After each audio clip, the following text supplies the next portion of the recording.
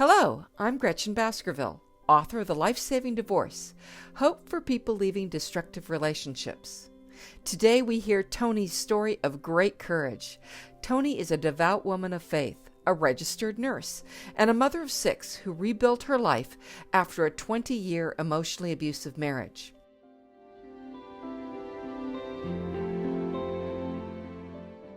I am so excited to hear your story, Toni. Welcome. Thank you so much, Gretchen. I appreciate the offer to be a part of this. Absolutely. I'm going to start in the same place I start with everyone, which is, what did you expect from marriage when you were a young girl? And then tell me a little bit about your parents' marriage. Well, I remember very clearly thinking as a young girl, I don't remember how old I was, but I someday wanted a marriage just like my parents. I never saw them argue, which in retrospect was not a good thing. But at that point, I didn't know there was ever any conflict. I saw them laugh and joke around a lot. They seemed to enjoy each other's company. They both worked full time, so they're very, very busy. So tell me about how your relationship was with God at this point in your life. Well, to use Baptist terminology, I accepted the Lord as my personal Savior when I was 10 at a Pioneer Girls Club. Remember coming home so excited, and my parents, they were churchgoers, but there wasn't a lot more than that. And my mom was like, "Oh, that's nice." Through my teens and late teens, made a lot of not so good choices, and then through a series of events, ended up in Canada visiting a cousin, and ended up meeting somebody up there and getting married. God was in my back pocket, and I really clearly remember basically telling him, "You know what? You live your life, I'll live mine." And so he said, "Okay." He's such a gentleman. And so I got married the first time, basically just because. Why?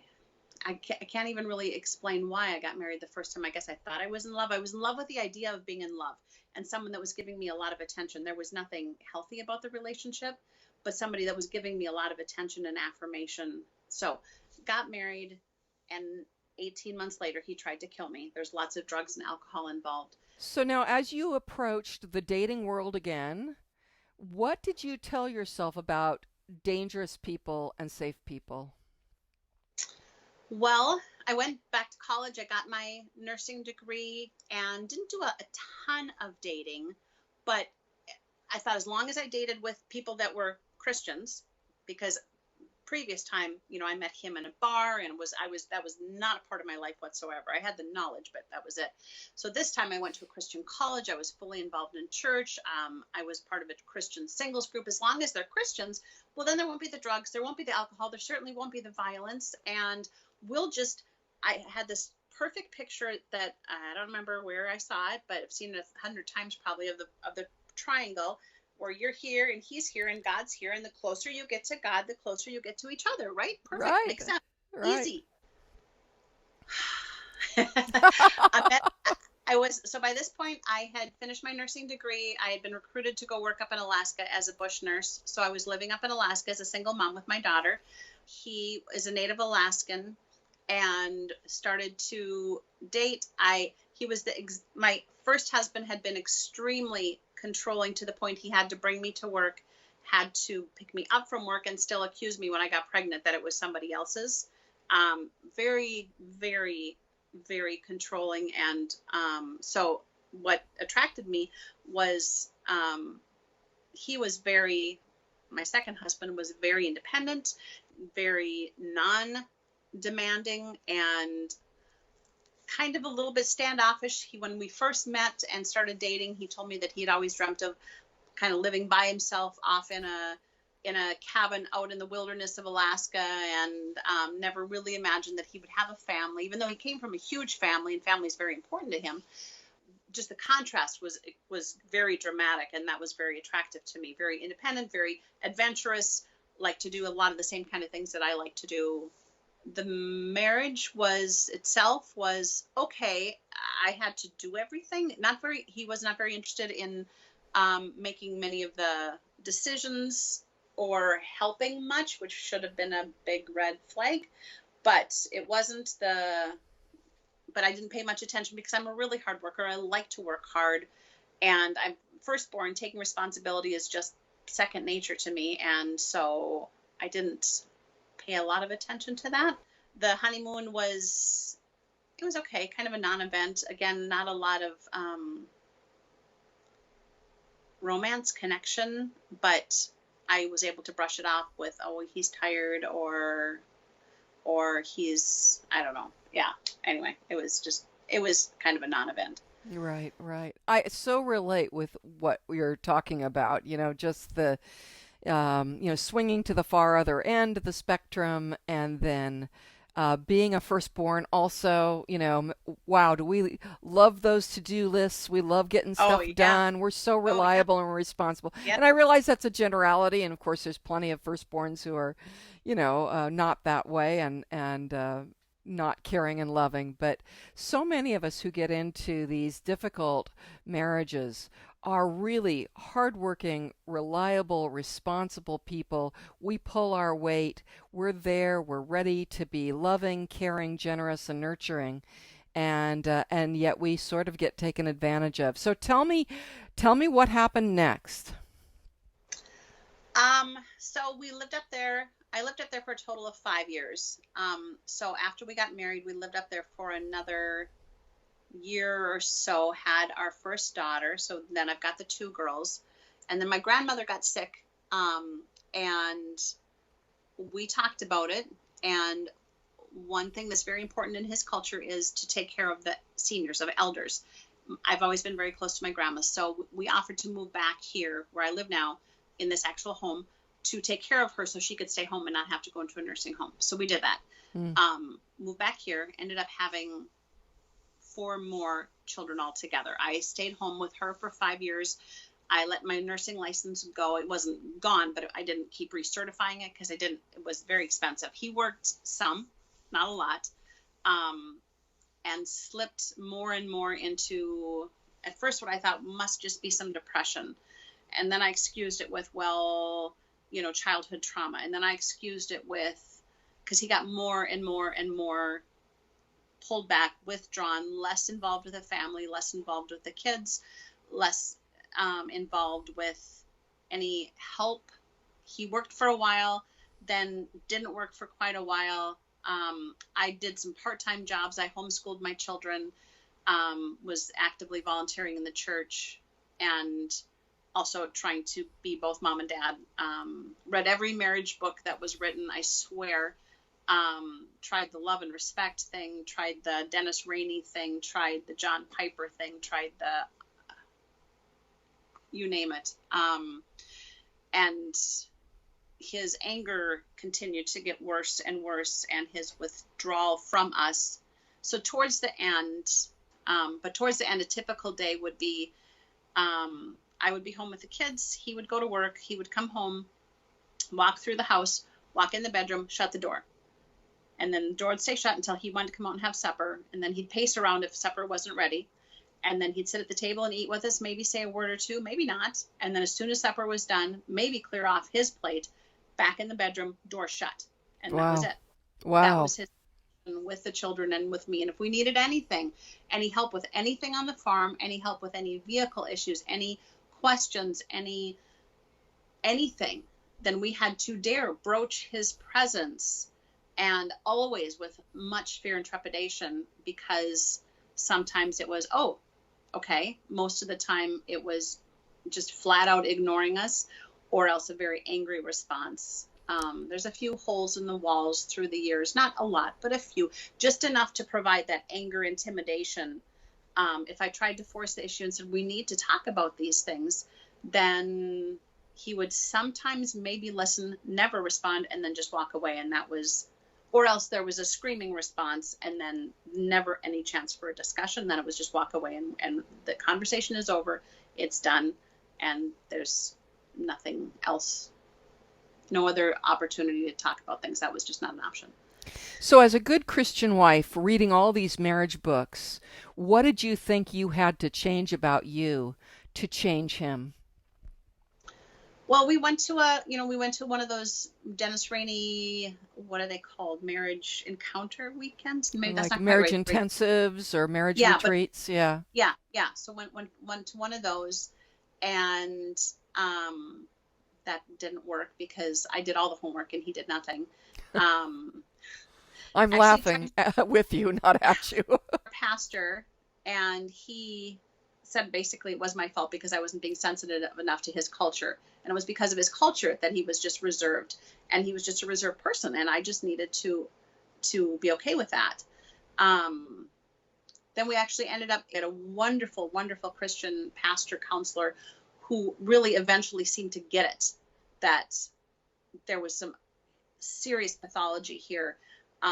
But he never, ever gave me the permission, the nudge, the bump to say, it's okay. It's okay to separate it. So it was always, well, try this. Well, try this. I just don't know that he had the courage to give me that permission. But yeah, the messages I always got was, well, you just need to respect a little bit more. You need to love more. You need to serve more. You need to, have more sex, more patience, just understand him more, and try to grace, forgive. You need to. This is helping you to grow stronger as a Christian. That suffering, that whole suffering theology, that it's good to suffer, and it's good to die to yourself and to be a slave to all, and those kind of messages. And did he turn Yeah. any of these messages on your husband? Did he Tried try? to. Hmm. He did try to, but eventually he figured it out that we couldn't do the counseling together because I was taking all the responsibility and he was taking none of the responsibility. And so then he had me meet with his wife, and we just chit chatted. And then he tried to meet with my ex-husband. And eventually he said, Toni, I have to be honest with you. He said, I've never met anybody like this, and I don't know what to do. I can't help this. So you would think at that point he could have told me, maybe Yeah. you I need mean, maybe to, that was his only hint. I mean, I run maybe, into so many people's stories where a pastor or counselor will say, I just don't know what to do, but they can't actually say, if you were my right, daughter, I right, would get out of here. They right, just don't have the guts to do that. right, And right. so Yep. they end up being complicit in Yeah. leaving so many good Christian men and women, because sometimes the men are the innocent spouse or the invested spouse, and they leave us there to just suffer and struggle and go deeper and deeper into despair. Oh, And absolutely. Once we ended that, I was at probably my lowest, and I stayed there until I got out because I had no hope left whatsoever for the marriage. Thus, I just felt like my responsibility at that point was to just kind of wall myself off from the marriage, expect nothing good from it ever again, and just assume that now my whole life was in trying to raise my children and help them to stay as healthy and happy and secure as I possibly could as a single mom living in a marriage. So mm, I have no expectations for any help, to try to protect them as much from the anger as I could, and to try to just completely wall myself up so that no matter what was said, no matter what was done, it wouldn't hurt, it wouldn't destroy. Well, of course, when you live with that daily, you don't matter, daily rejection, daily, you're not even worth looking at, daily, you are just here to make my meals and you better do it right and quick. No matter how hard you try to wall yourself off, no matter how hard you try to say that's him, it's not me, it eats. And at least for me, maybe other people are stronger than I am, but and I every day give it to the Lord. Lord, you have to be my joy. You are my strength. You promise that you will give me that everything that I need. Today I need to be strong because I have nothing left. But it's still this, not that God wasn't answering my prayers, because of course he was my only lifeline and my Bible study ladies and those kind of things. But it did draw me so deep into connecting, holding, having him hold me but it still was this, it still wore away. It's like water on a rock. It just kept beating away at me. You're worthless. You're worthless. You're a failure. You're not good enough. You're not good enough. You're not good enough. You're not good enough. And so that was a message that was just really hard to let go of. Yeah, 23 years. That really tears at you. How did it affect your kids? All in different ways. The three oldest, well, the two oldest had been at me for a while. You need to leave. And I told them I can't. I'm stuck. I don't have any, I don't believe that I have the option to divorce because there hasn't been infidelity, because there hasn't been physical abuse. The third one also completely understood. So those were my three oldest daughters. They understood and have been extraordinarily supportive. My three younger ones, that was more the norm for them because they hadn't seen the early years when things were better. Things were never great, but things were a lot better in the beginning. There was a lot more conversation and fun. Not a ton, but more in the beginning. So the three youngers hadn't really seen a lot different.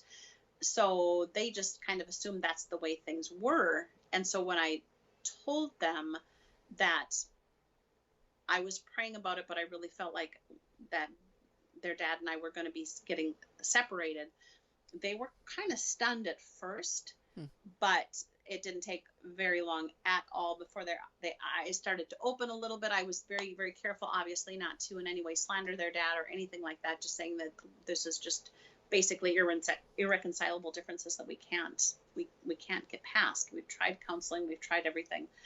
The youngest has taken it the hardest. She's 11, and she has the hardest time with it still.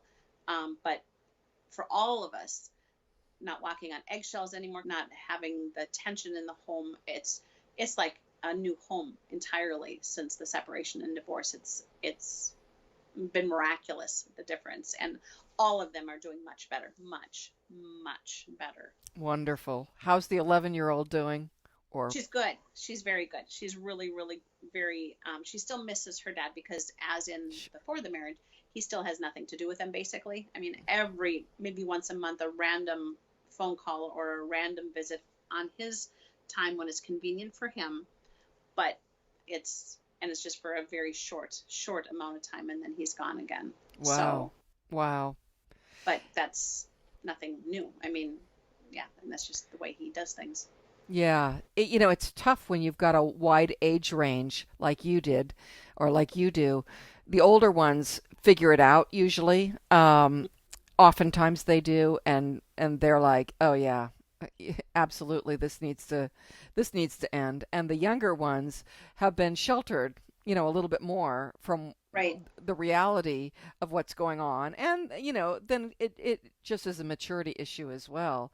So it takes some And time. fortunately, it was kind of a normalizing. I mean, they kind of thought that's what marriage was, which horrifies me, of course, to think that they were thinking that that was normal. Right, So, right. So tell me, what was the last straw or the turning points that led to finally divorcing? well, after that counseling, when everything ended, when he said he couldn't really help anymore, and then my husband refused to go back anyway. He wouldn't go back because the counselor had tried to get him to do some homework, to do some steps. He had some real firm, "You've got to do this, you have to." And then after that, then he refused to go back. Mm. So, and that's basically when I gave up on the marriage. Just as far as, I mean, I was still here in person, but I was no longer trying to make a connection, no longer trying to fix things, because I just recognized there was no reciprocity going on there. I mean, I was still here completely with taking care of all, again, like a single mom, doing all the housework and all the cleaning and all the farm work and all the homeschooling and everything else. He was at that point bringing in a paycheck, but that was it. And it was a small paycheck, and never ever willing to do like a second job so that we could really make ends meet. And I was also working 2 part-time jobs. Mm. But my health started to fail. and got a little worse and got a little worse. And I tried going all natural and going to this and this and do this and this, and finally broke down and went in to see my doctor, which is, as a nurse, my last resort. And broke down in tears in her office. And, you know, she said, Toni, I really think you need to go to a counselor. She says, because I don't think that this is all physical. I mean, yeah, there's some stuff going on. Yeah, you might be heading into menopause and blah, blah, blah. But there's a lot more going on here. She said, I really want you to make an appointment to go see, you know, a counselor therapist. And I said, yeah, I do. You're right. I know. I've just been thinking I could fix it on my own, pull myself up by my own bootstraps, you know, done it for so long. I'll tough this out. I'll just ignore it and it's going to go away. And for a long time I could do that, but eventually you can't do it any longer. And it was a really good, kind, severe mercy on the Lord's part to say, enough. Your body is saying you can't take it anymore. So I went in to see a Christian counselor, and within 15 minutes, she said, Toni, this is the worst. I've been counseling for 20 years. This is the worst case of emotional abuse I have ever come across. She said, if you don't get out, you will die. I said, wow. I can't. I don't have any choices. She said, stop. You always have choices. You always have choices. And that just rang in my ears. I do. I really sincerely did not think I had any choice. I had been told for so long, you have made a commitment, you stick with it. I'd signed the Dennis Rainey contract, married for life. I won't even say the D word. You're not even allowed to say it. I do. I have a choice. First thing is, she says, you need to get yourself out of that bedroom. I said, well, where else? She said, I don't care. You cannot sleep in that toxic environment. You're dying. And so then she gave me Leslie Vernick's, there's like 2 different checklists that she has. If you may be in an emotionally abusive marriage, and there's like 15 or 16 things. Of the 16, I checked 15 of them. Wow. Oh my goodness. So that was a huge eye opener. And then there was some other thing too that I went through that was, I mean, there was absolutely no question. There was none whatsoever. I could not deny it. So then there's lots of weeping and wailing on my part, because I'm like, God, I have been begging you and pleading and fasting and praying for 20 some years for you to fix this. What are you doing? Are you telling me that you're not going to? Are you serious? So then I started to pray, okay, Lord, if this is what you want me to do, you have to make it so abundantly clear to me that this is what you want me to do. You want me to separate and divorce, that I will never look back. Lord, please, I can't handle any more second thoughts. I can't handle any more second guessing. I can't handle the doubt, the guilt, the shame. I can't go there again. You've got to make it clear to me. So I have a wonderful group of prayer ladies that I've been in part Bible study with for 20 years. And so we prayed. And we prayed. By that point, my health was so bad, I couldn't even do fasting anymore, because I fasted for years and years and years, and my health had broken down to the point that I couldn't even do that anymore. But we prayed, and God laid it on my heart to pray that my ex would get a phone call from his family in Alaska saying, you need to come home. And he would go home. Then I would have the clear time to say, don't come back, because I didn't have the courage to confront him. I didn't know what the anger. I didn't think he would leave. His so many years of non-response to me, I could tell him all day long, you need to leave. But how was I going to make that happen with the kids? I didn't want them traumatized. So God laid it on my heart. Pray that he'll get a phone call. He'll be removed. He got a phone call. Wow. He called to go to Alaska. He went. Wow. And while he was there, I went to my lawyer's office, and I went to I had one of my closest friends and the lawyer and an advocate for me from the abuse shelter in town, just to kind of give me that strength. And then I called him and said, don't come back. I'm filing for divorce. So wow. A day later, he called me very intoxicated and crying and weeping and saying, you know, God hates divorce and you can't do this. And what about the kids? And what about me? And I said, I'm sorry, you have to take that up with God. And we just have to do this. And then I just kind of let him ramble for a while. And that was the end. There's never been another conversation about it. Wow. After that, just he got his lawyer, I got my lawyer, and that was in February of 18. And by November of 18, we were divorced. Wow. There was a bit of struggle with, he thought the kids should be forced to be with him every other weekend. And I absolutely put my foot down. I will not do that. They're old enough now. If they want to be with you, absolutely. But I'm not going to force them to sit in an apartment in a little town with you while you watch TV or sit on your computer. I'm not going to do it. They've got the farm here. You can spend as much time with them, but they need to want to do this. So, and as I knew, he would make no effort, and he never has, to spend any time with them. Wow. So, good for you for drawing the line. That's awesome. I was like a stone. I just can't, no. This is not an option. Yeah. So when I end up getting the farm, this is my grandparents' farm, and without a huge problem, because my parents had gifted it to me, but it was in both of our names because we were married, and I still was able, by God's, I just kept praying, like, God, you led me into this promised land, and I'd march around and pray around this farm. Lord, don't let it go. This is our family farm, and he gave that up without a fight. Wow. So, huge miracle. Huge. Unbelievable. Many miracles. I can't tell you how many miracles, but yeah, just That's massive. Great. I have heard other women who the judge did not require them to sell her parents' home that they had been living in and things like that. So sometimes that does happen, and I do want to encourage others to fight for that, bring that up if that's been your family home, if that belonged to your parents.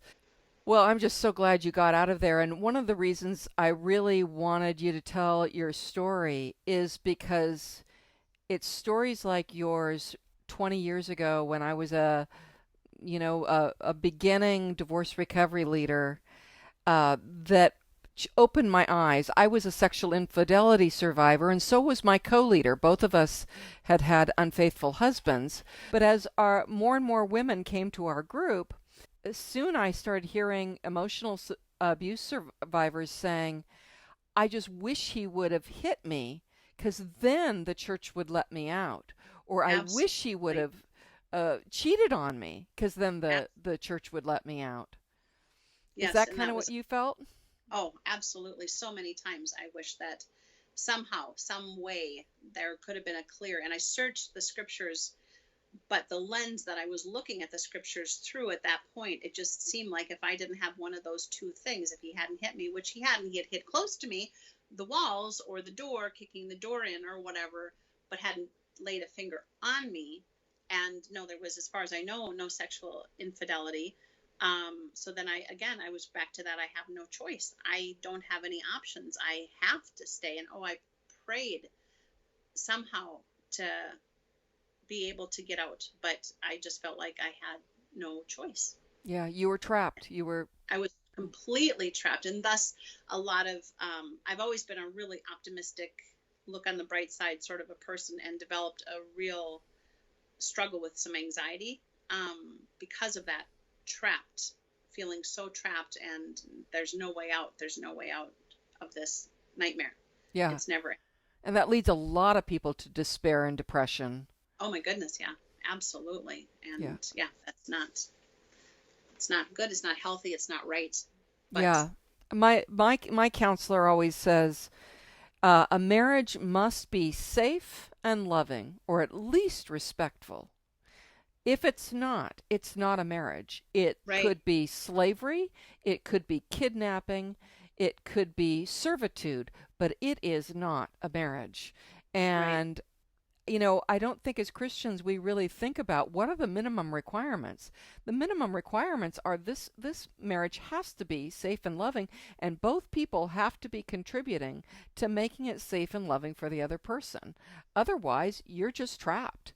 You're caught in a cell. You're jailed, and with no way out. So we talked and we went through the questionnaire. You mentioned something about, I married him because he needs me. Yeah. So tell me what made you decide to marry him, and how much of it was driven by pity or feeling like you could fill a part of his heart that has been wounded or traumatized? I felt like he was very lonely, and because he was very much a loner, but it seemed like when we were together and doing things, he was very happy and really kind of came out of some of that. He came from a big family, but was kind of forgotten, kind of missed, between the olders and the youngers. He was kind of not really that important. Just seemed like he needed somebody. So a little bit of rescuing. Yes. Oh, definitely. Definitely. Yep. Yeah. Without a doubt. Yeah. How do you see it now? Should women, and I understand there are good Christian men who try to, well, maybe they don't try to, but they end up finding a romantic interest, a person who they kind of want to rescue. What message would you have for them? We can love them and support them, but they have to be willing to fix themselves. That's work that we each individually have to do. We have to be willing to do our own work. We can't do that work for other people. We can love them, we can support them, we can affirm them, but we can't meet all their needs. As a strong, healthy person, I thought I had plenty to give that could also meet his needs as well, but he's got to be willing to meet his own needs. And then we come along and we work together, but there was none of that. It was all, I'll give on my part and I'll take on his part. And so, yeah, you can't fix somebody else's problem. This is the end of part 1. Please click on the link to watch the rest of Toni's amazing story. She talks about her divorce and how she became financially stable and her incredible health improvements. She discusses dealing with people who judge you, about safe pastors and churches, regaining your self-respect after emotional abuse. Then she discusses PTSD and EMDR and how happy she and her children are now.